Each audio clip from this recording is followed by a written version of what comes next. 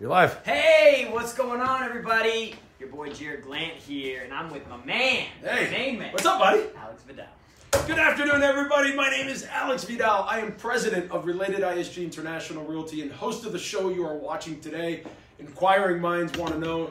And to my right, I have the vice president of Cardone Enterprises and the star, not the star, but the host of another, the star. I'll take that. Or the host of another podcast called Young Hustlers. You should watch it. We're sitting in Cardone Studios today. We are the day after Christmas. We're about to get into the new year. I can't believe 2018 is over. But we're going to spend 15 minutes with this guy talking about sales and everything sales and about GrowthCon coming up. As I always say, today's episode is brought to you by Related ISG International Realty. If you want to work with the brokerage that is connected to some of the biggest players in real estate, in sports, in business, in mindset, whatever it is, call me, text me, email me, DM me. Come work for the broker, or with, not work for, but with the broker who's connected to some of the biggest players in Miami and in the entire country. And here we go. You ready? Let's roll. All right, let's do it. Jarrod, you're 35. We just talked about that. Yep. When you started selling advertising at 21 in San Diego, yep. To now being vice president of sales for Grant Cardone and the host of Young Hustlers. Mm-hmm. Tell us a little bit about how you went from selling advertising in San Diego to VP of Grant Cardone. You're his number 2 guy. Yeah, so it was. There's a quite a timeline there, right? Mm-hmm. So I started selling advertising when I was 20. Okay. I was the youngest rep in the country, number 2 rep in the country, just crushing it, and did really well, but was making a ton of money and was stupid. And so I literally was like, if I could just not spend like $3,000 this weekend. In a weekend. Literally. If I could just not spend $3,000 this weekend, I might be able to start saving money, because I was out popping bottles every weekend. And I lived at home, no bills, no nothing. And then that, like, the bad decisions just kind of started, you know, building on top of each other, and then bad decisions kind of gained momentum. And then, you know, some things happened at work, and then I quit when I really shouldn't have. And then I ended up, long story short, on unemployment and in a bad, kind of a dark area. You're actually, like, literally on unemployment. Yeah, collecting a check. You're shit. Yeah, wow. no, yeah. Okay. Living at a buddy's house for free because I was broke, and I didn't want to go back home and live with my parents, and then was just like, was like, dude, I'm such a loser. Like, smoking pot every day, just like a total loser. And my dad got a job in Austin, Texas, so I kind of took the opportunity to try to change my environment and like get around something that was just less temptation, new, just try to like get me out of the deal that I was in, just kind of like spiraling, going nowhere. And so that was kind of the start of me getting my act together. Was there for about 2.5 years, and then decided I wanted to come back to California and move back to San Diego, working for a buddy.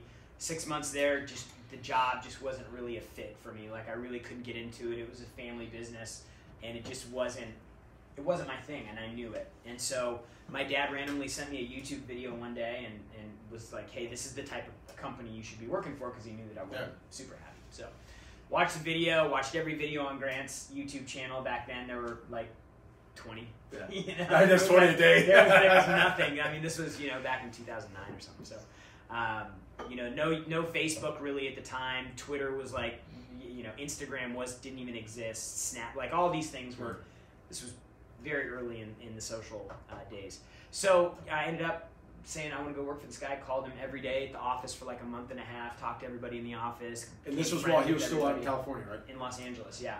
So then finally I got a phone call on Sunday that for the manager that he had at the time that was running, there were only like 4 employees. He's like, hey, come on up, and we'll interview you. This was on a Sunday. They called me like 9 a.m. and were like, hey, you can meet you at noon from San Diego to LA. Okay.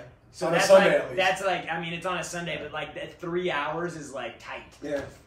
So I went up there, interviewed, ended up getting the job, answering phones, and then selling as I could. And, when hard work and opportunity kind of combined, then So he brought you out here. He brought you down to Miami. Yeah, so I mean, we were out there for 2 years. I worked for him for almost 2.5 years in LA, and then we decided that we were going to move the office, and so I moved back out here. We were at 15 employees, and then we went down to 3, and we came here. Oh wow! So we started with 3. We've got 112 today. So and great tax benefits yeah, it's too. been a good run. Yeah. Now, you kind of referred to it that along your journey you had some dark times. Mm-hmm. What systems and habits do you have in place now as a result of those dark times to stay in that motivated, positive mindset? Because it's daily exercise, right? Yeah, but I don't think that people have to go through really challenging times to learn lessons, but certainly for the people who do and are able to come out of it, I think they have a connection to what it was like that, you know, other people just won't have. Like, you know, I tell my wife this, you know, because I was in a situation where, like, I had to get scrappy. Like, it wasn't an option for me. Like, it was the option of moving back with my parents and, like, giving you know, doing that whole thing, that was just not even an option. So it was like, you've got to make this work, you've got to make it happen. You're moving from San Diego to LA, you know nobody there, this is a job you don't know, you've never cold called companies before like this, you're selling sales training, like, which is one of the hardest things in the world to sell, by the way. So it's just, there was a lot of things that were like, you know, you've got to make this work, you know, and the reminder of not having money, and the reminder of, like, other people having to buy stuff for me, and, like, all of those things are like, I'm so frugal with my money now, you know, like, I invest, like, no more $3,000 weekends. No, or nights. No, you know, but all of those lessons that I learned along the way, like, man, if I remember being on a couch one day, and I was like, man, when I was making all that money, if I just could have saved like $500 a month or whatever, man, I'd have like 20 grand in the bank right now, and right now, and I wouldn't be in the situation I am in right now. And it was just like always be thinking for the future, you know, never go back to that place. You know, it can happen to people that have great things going for them if they make bad decisions, and just never go back there. And so out of curiosity, this is not on here, but do you ever find yourself where, because you've been in that spot and you know you've gotten out of it, that you're willing to take risks? Because, hey, if you went back there, you could always bounce out of it. Yeah, but it was why I went there, you know, like, so it was the reason I was there was because I was making bad decisions. Like I have a skill set now that I didn't have back then, you know, like, it took me, I mean, even I learn every day, like, every day I'm learning something new about business or marketing or growth or management or leadership or whatever you want to call it. And I didn't have that back then, you know, so I had to learn. Do I feel like if I was put back in that situation now, I'd be much more capable of handling? 1,000%. But for me, it's not saying, hey, I'm gonna go quit working for Grant, go start my own company because, you know, I'm willing to take risks. For me, it's okay, hey, I've got this thing going right here. Now, how do I add additional flows that don't conflict with this, you know? So that's where the reach comes from. And it's less about taking more risks, and it's more about providing more insulation around me from ever being in a situation like that again. So for me, it's really like, and I talk about this in the podcast all the time, like, financial freedom is my target. Like, and I have a real understanding of the work that's required to get there, and I have a real understanding of the amount of money that you need to have to be financially free. And I think a lot of people operate under misinformation in those areas, and because of those miscalculations, things just don't work out. You know, it's like when we're planning to sell the growth conference out, and we're planning on how many seats are going to be in each of these sections and what the price points of the seats are, so we could do, like, projections and forecasts for the revenue of the event. And, you know, if you make bad calculations at the end of the road when you're 30 days out of the event, it's too late to change anything, right? Like, so it's about understanding, like, the right calculations to make all those things possible. Now, you said you went from San Diego to Texas, back to San Diego, now you're back in Miami, which is probably the best city of them all. Actually, San Diego's close. Austin, Texas is pretty awesome, too. I've been really blessed. Like, every city that I've lived in has been pretty awesome. In Austin, so. I mean, think about it, how much it's changed from when you were there to what it is today. I can't even imagine, because when I was back there then, it was like, you know, they had like 300 people a day moving into Austin or something crazy like that. So the real estate is just gone great. Yeah, here Miami, South Florida's 1,002 people a day. Yeah, it's crazy. Moving to Florida, mainly to South Florida. What was that breakthrough moment for you that launched your career, and what can our viewers learn from that breakthrough moment? I think that the breakthrough isn't one idea. I don't think that the breakthrough is one thing.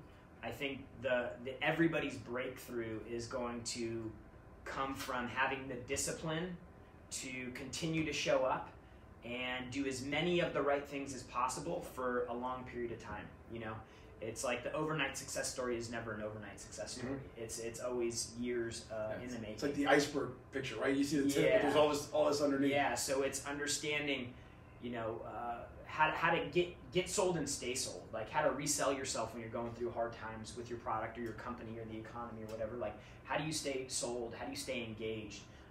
You know, what's the amount of effort and work that it takes to actually get something done? That requires constantly revisiting, and you have to execute on that. Like, you have to constantly be aware of these things. How many follow-up calls to actually get a deal done? I mean, like, dude, I'm not dodging you, but you've been following up. Like, hey, dude, we need to get you on. We need to get you on. We need to get you on. And a few times, several times, and you didn't quit. But because what you don't see is like, dude, like, people got stuff going on. Oh, yeah.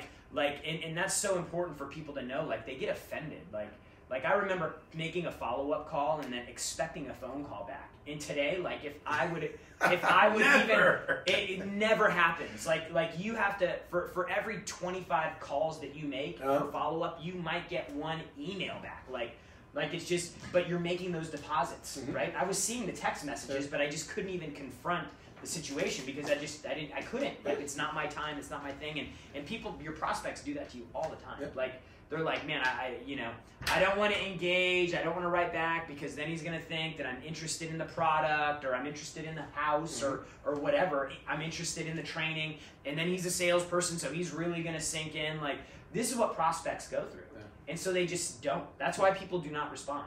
Because they communication opens the door for more it's like pulling the cork on a bottle of wine, right? Totally. So like the amount of work ethic that you have to have over a long period of time, the actions that you take place over a long period of time, the people around you, bringing in the right people over a period of time, those are all the things that make a breakthrough. It's like you're trying to, if you have like a balance beam or a seesaw, right? Like your opportunity is up here, and you just got to keep loading more and more of the right activities and with the right amount of discipline to the point where that seesaw finally swings, and that's when you start making money and being successful. But it's about continuing to pile on.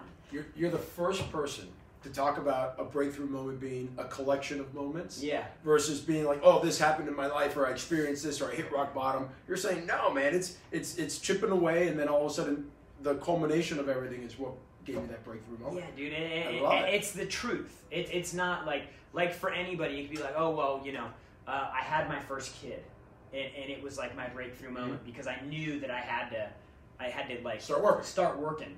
But that's not what made you successful. What made you successful was showing up and doing the right thing over a long period of time to the point where you built up enough momentum where you turn around and you're going, wow, like, I'm successful. Like, your career, if you look back at it, it was not because of one thing. It was because of years.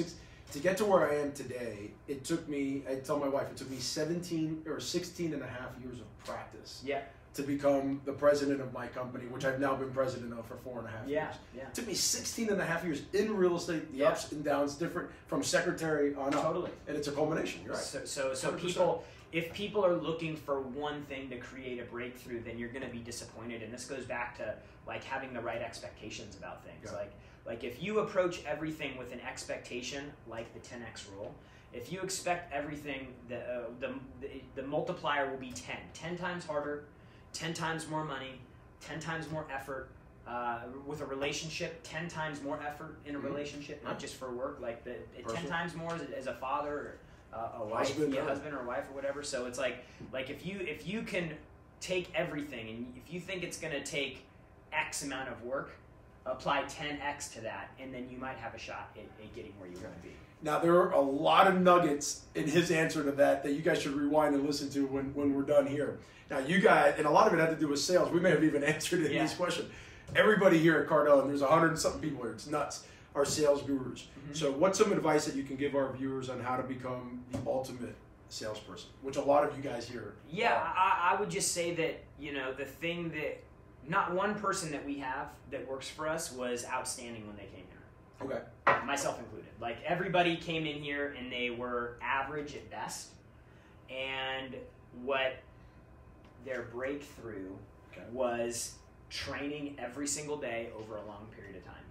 And eventually what happens is you start to kind of program the way your mind works, so that now when people agree or when people follow up, it doesn't require thought for them. It's just the reaction of the right thing to do.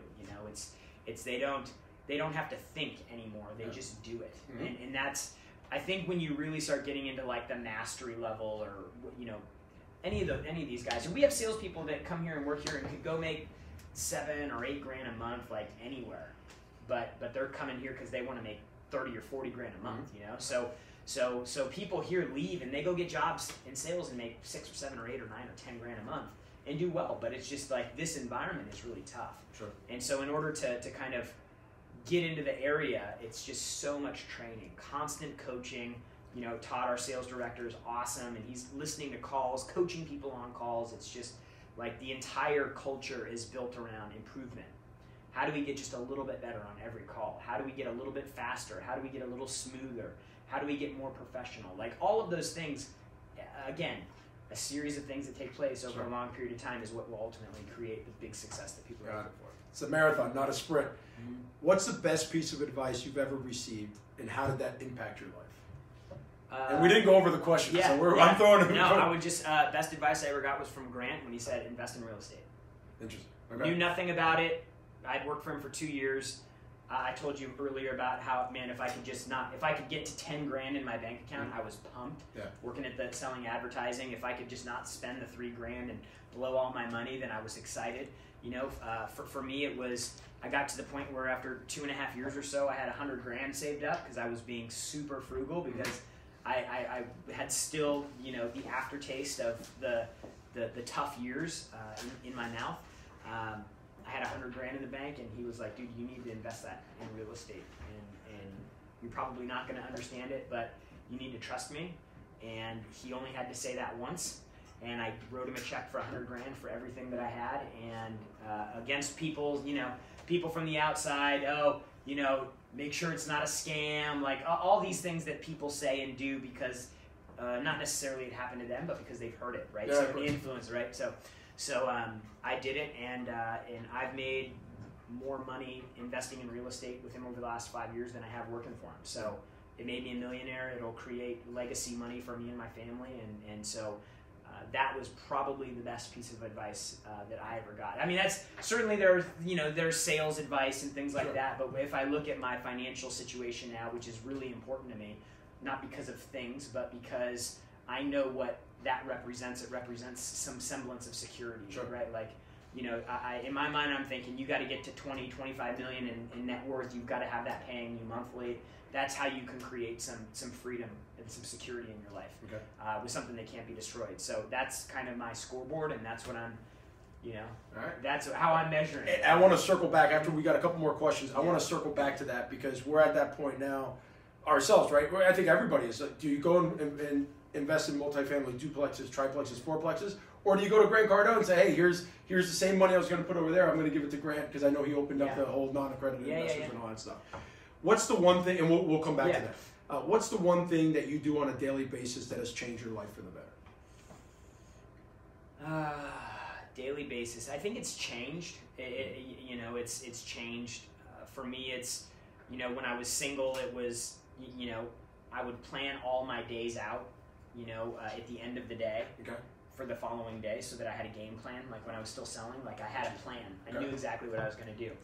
And I still do that, but now I think that the thing that makes the most impact is me trying to spend quality time with my wife and my son. Like I really had, like, maybe a year ago this, like, this cognition, if you want to call it that, but it was just like maybe a realization that I was like, man, I really need to, like, try to shut down for a period of time when I get home, and just like, no phone. So basically, like, I get home at like 6:30. I used to stay later, but I'm trying to balance all this stuff, like I want to make sure that my wife is getting loads of attention, and she feels, she's getting what she wants and needs out of the relationship, and that, I'm making the time to get home and bathe my kid and help put him to sleep, so that, I don't look back and go, man, I wish things would have been different.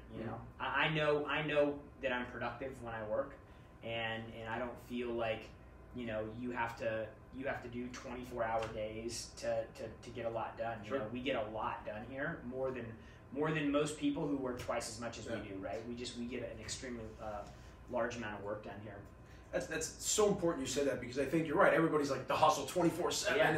and no days off, and it's like, dude, actually, for me at least, some of my most important ideas have come from, hey, my wife was off on a Thursday morning and I took an extra hour before I got in the office to spend it with her without the kids. Yeah. You know, and then boom, an idea comes up when you're not in the weeds all the time. Yeah, and it's so important because it gives you, again, like the 10x rule. Like sometimes people get a little confused about it. Like the 10x rule means you are 10x everywhere.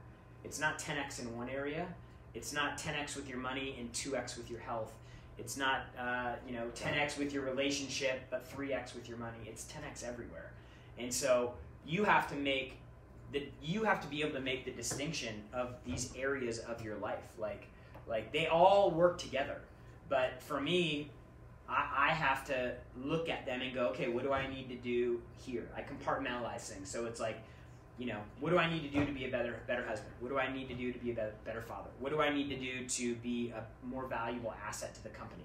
What do I need to do to get in better physical condition? Like I look at these things and I ask myself, what do I need to do to get to where I want to be? And then the key is you actually have to do something. You can't just think about it. You have to do something. Now, what's and I ask this to every guest, a book, podcast, or TED Talk recommendation? Yeah. Or all three? Yeah. Obviously, Young Hustlers. Yeah, I mean, for sure, Young Hustlers. When is that? Let them know when Thursdays at noon East Coast Standard Time. Yeah. We do that on GrantCardone.tv.com. It streams live through his Facebook, but you can also, if you're podcast folk, you can go to the Cardone Zone and then you can download the shows there. Okay. The book, I mean, it's going to sound tacky, but the 10X rule, man, it's just like, of course, I'm going to plug our own book. No, but it truly is. It's a book that changed. It really created a lot of clarity for me, because I was wondering why early on, like, things weren't really going my way. Okay. And I thought I was doing the right things. I worked for Grant for a year and a half before the book came out. And for a year and a half, I mean, the first 90 days in, I almost quit. Like, I was like, dude, this isn't, like, I didn't see movement happening. And I actually, before I even read the 10X rule, I applied it. Because I said, you know, if you're going to quit, then go down knowing that you went all in and you burned the ships. Like know that at least you did that. And so I cranked up big time. And then when I read the book, it was like validation. And it was like the right thing to do and then what you're doing, but there was just some like mystery in the middle that you really didn't understand. And then the 10X rule was like, laid it all out. And it was just like, bam, and that book has that effect on so many people. It's like, I gotta read it. I read Be Obsessed or Be Average. Oh yeah, the 10X rule is like, this show is as a result of Be Obsessed or Be Average. Yeah. So a lot of people, like, if you haven't read Grant's books, you need to go from Sell or Be Sold, Closer's Survival Guide, If You're Not First, You're Last, the 10X rule, and then Be Obsessed or Be Average. All right, I went the wrong way, as always. But because that's the type of guy you are, you know, like. But that progression of content, it really goes from sales to closing and negotiating to prospecting and omnipresence in the marketplace to the 10X rule. And then Be Obsessed or Be Average is really like the 10X rule for the true 10Xers. Got it. You know, you can't, the Be Obsessed message, a lot of people can't handle that obsessed thing. They have some negative feelings or ideas about it. It's because they're scared of it. Probably, you know, because they know it's the right thing to do. You know? It's funny. My wife always says, you know, you don't have a middle gear. Either you're all in or you're out. You don't have like that. And I'm like, yeah, you know, it's just my sister, who's your dad's boss's wife. Tells me all the time. She goes, the Vidals were wired in exaggeration. It's just it is what it is. Well, it's I think the people that do great things have to have that. Like, if you want to do something great, it's because people have the ability to go into this obsession and really go all in, like give everything that they have to give. And you know, if you can build the muscle to do that, like without going off the track, because some people do, like if you can build the muscle and have the discipline to know when and where to apply it, then it can be extremely powerful. Let me ask you this, and we're going to talk about what's on the screen behind us in a second. This is not even on here. Because what Be Obsessed or Be Average did to me was get me over the hump of what people would think of me being on social media. For sure, and doing the show and all that jazz, which for recruiting purposes has helped huge, right? What has social media done for you guys in your business? It's been, without a doubt, the most powerful, the most profitable, the highest generating. I mean, the way that Grant used social. I mean, number one, he was coming into these platforms when they were mature, but there weren't a lot of people that were putting out good content.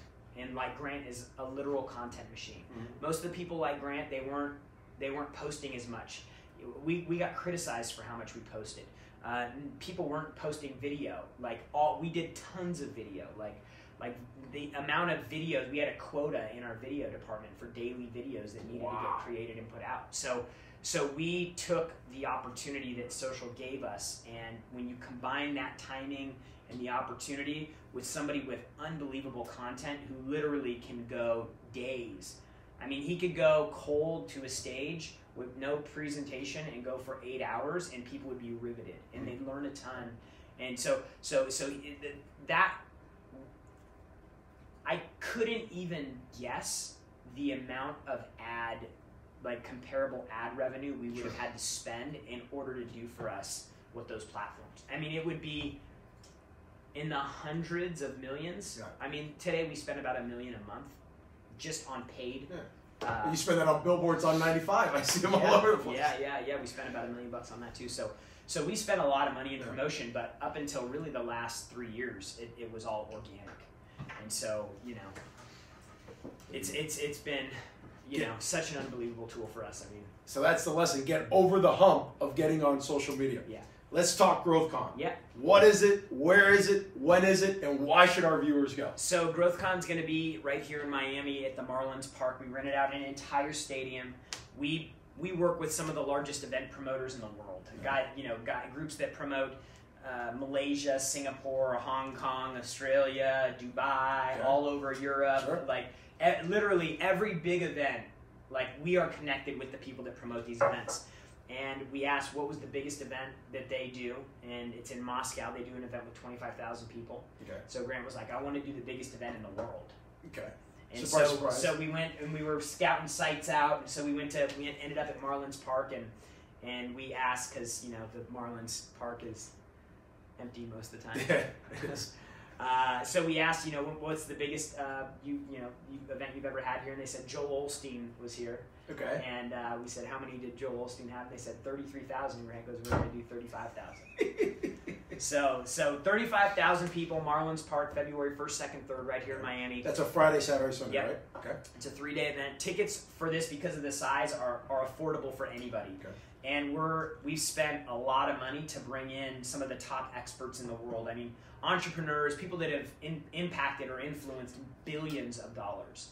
So Steve Harvey, $50 million a year. Guy's been in comedy and TV for longer than most people. I mean, it's such a competitive space, and the fact that he was able to do it and continue to change and evolve and grow, it's just unbelievable job he's done.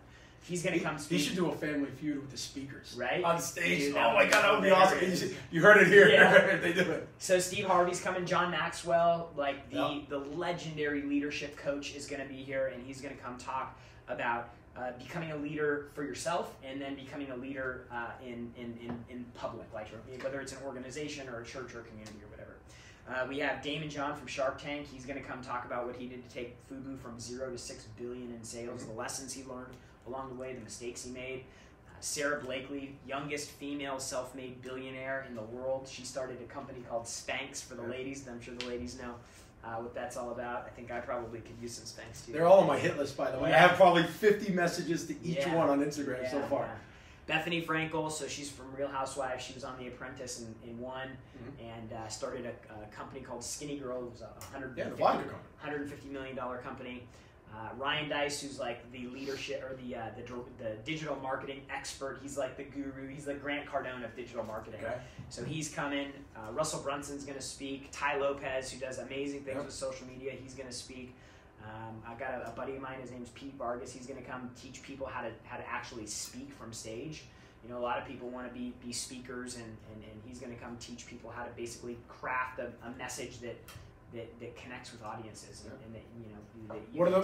Where can they buy the tickets, and what are the different? Yeah, so you can go to 10xgrowthcon.com, the number 10xgrowthcon.com, and tickets right now, seats range from $95 all the way up to $15,000. $95 for the 3 days. For all 3 days. So $33 a day. Yeah, so literally the cost per seat is $260. That's our hard cost per seat. So for the $95 GA seats, we're literally losing money. We want people to experience this. So literally, there's not a place on planet Earth that you can go and access this group of people. Like, if you wanted to put this group of people together, you'd have to hire them one by one, and I know what we paid them to be at our event, and it would be a 7-figure check. Sure. Or you could just come at our event. Our diamond level seats right up front. They get meet and greets with all the speakers. So I know everybody wants the Instagram pictures with everybody, right? So we're gonna do meet and greets for the diamond right up front. Food every day, big tables. I mean, it's the stage is 150 feet wide. The screens, the LED screens are 150 feet. They're 50-foot sections, and then the stage, the screens are 40 feet high. The overall height of the stage is over 60 feet. Jesus. It's bigger than Jay-Z and Beyonce's stage that they did at Sun Life, or the Dolphin Stadium. So it's going to be about entrepreneurship. It's going to be about marketing. It's going to be about branding. It's going to be about social media. We're going to talk about money and finances. We're going to talk about sales. I mean, it really is a conference that we call the Growth Conference, because we want to focus on 10xing the areas of your business and your life that grow you the most, whether it's your money, whether it's how you market yourself, whether it's your personal finances, whether it's learning how to maybe invest in real estate, you know, how to get new customers, how to pick up the phone and make a follow-up call. Like, all of those things, they all contribute to you having growth as a person. And I will tell you, I think this is like, I don't know, my 32nd or 33rd interview for Inquiring Minds Want to Know. And from where I started to where I am today, how my mentality has changed, because I'm around the Elena Cardones, the Hughes, the Brad Lees, the Patrick Bet-Davids, Ryan Searhan. I mean, all these people. Yeah.